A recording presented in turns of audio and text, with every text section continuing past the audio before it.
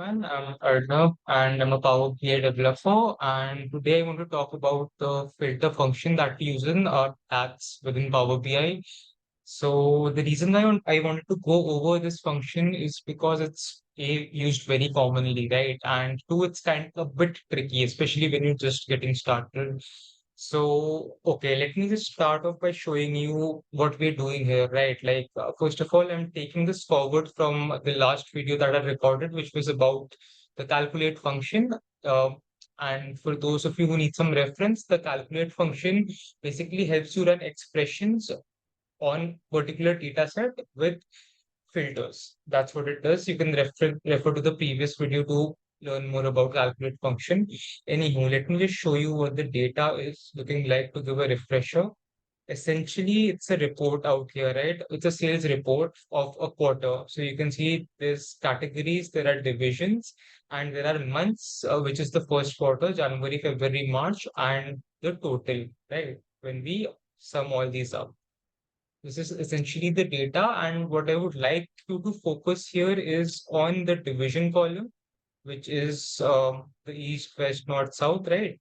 And the total column. This is what we'll be focusing on this particular video. Okay, going forward. So till now, what we have is a card that represents the total sales that's happening, and another card that is representing sales for the east data.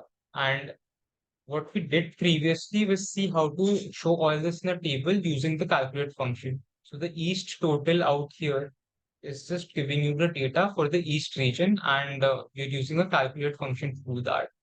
Now, how do we use the filter function? Let's start now, right? Like what exactly is the function, this function all about, and how is it used? Okay, so the first use case of the filter function is to create a table in DAX. So, the tricky part that I was talking about earlier was that if you directly try to create a measure with the DAX function, it will not work, right? So let me tell you what I mean by that. If I just say, let's say I want to go for North, the total sales in the North division, then I'll say North sales equals, and let's say I want to use the filter function here.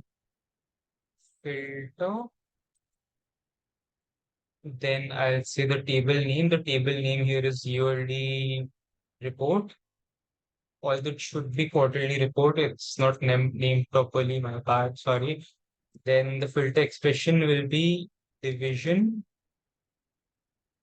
equals not. Now, when I hit enter here, it will not work. Okay, you'll just see that will throw an error. See? So the expression refers to multiple columns. Multiple columns cannot be converted to a scalar value. What does it mean? So what it means here is that it can't convert the stacks expression cannot be converted to one particular value. Like when we use the sum function, the whole thing gets converted to one single number. For instance, the sum of total, which is 5.35 million. This can't be done for this particular measure here. And the thing about measures is that it expects one value, right? Like not a column of values, just one result value that it's supposed to show up. That's why this whole thing is messing up. So I'll delete this, but I'll copy the tax measure, the formula, right? Which is the filter function. Syntax is pretty simple. You just mention the name of the table and then what filter you want to apply.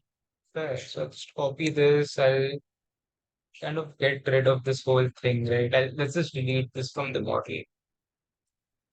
Then you go delete from model. Yes. Okay, so what is the solution? How do we make this filter function run? So, okay, let's go to the modeling tab here. Here you can go to new table. Okay, once you hit this, and let's say I say north table here, and I go for the same expression, which was this yearly report, and then the division north. Enter, and then you can see that, yeah, now we have a new table called the north table. So if I see here in the data tab, there's a new table and everything in the division is north. So this is the first use case for our filter function, that is to create a table itself. Because the filter function in and of itself, it returns a table. Just remember that it will return a table and not one single value. So you can't use the filter function by itself in a measure, right? Now, I said earlier that the filter function can be used with the calculate function to make it even more powerful. Why did I say that? Because that's when you can use it in the measure and a lot of magic happens there. I'll show you what I mean. I'll just demo it, right?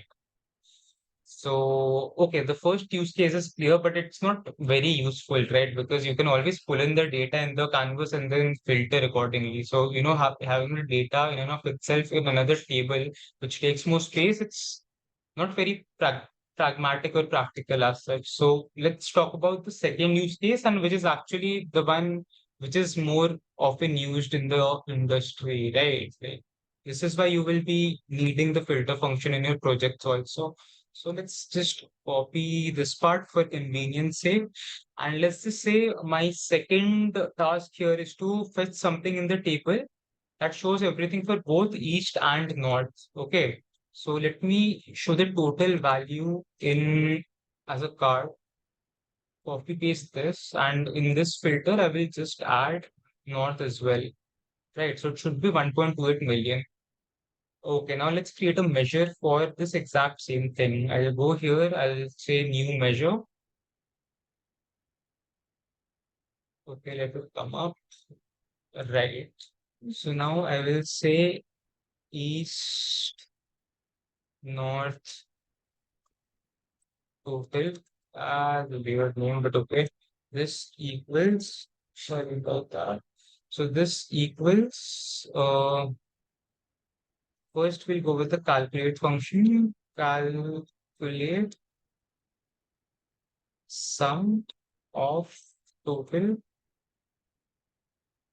sum of total in the yearly report, comma.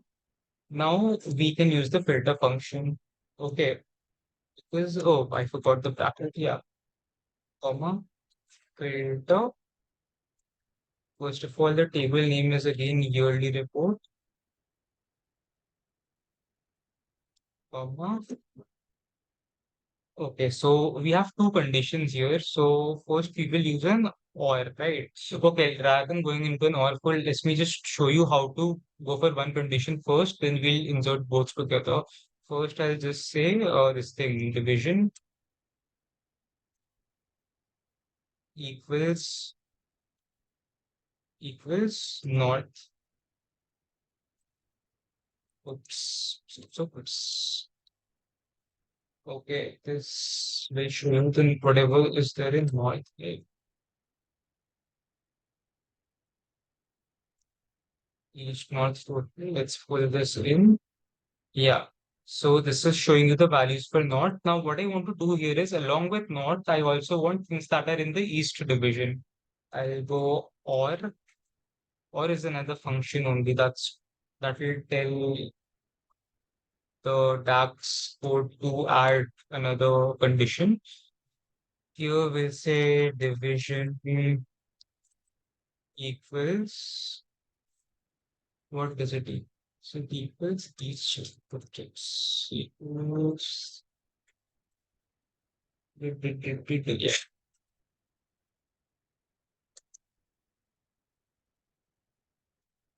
So it's not really niche the way I've written the code. Let's just format it, make it a bit more pretty, right?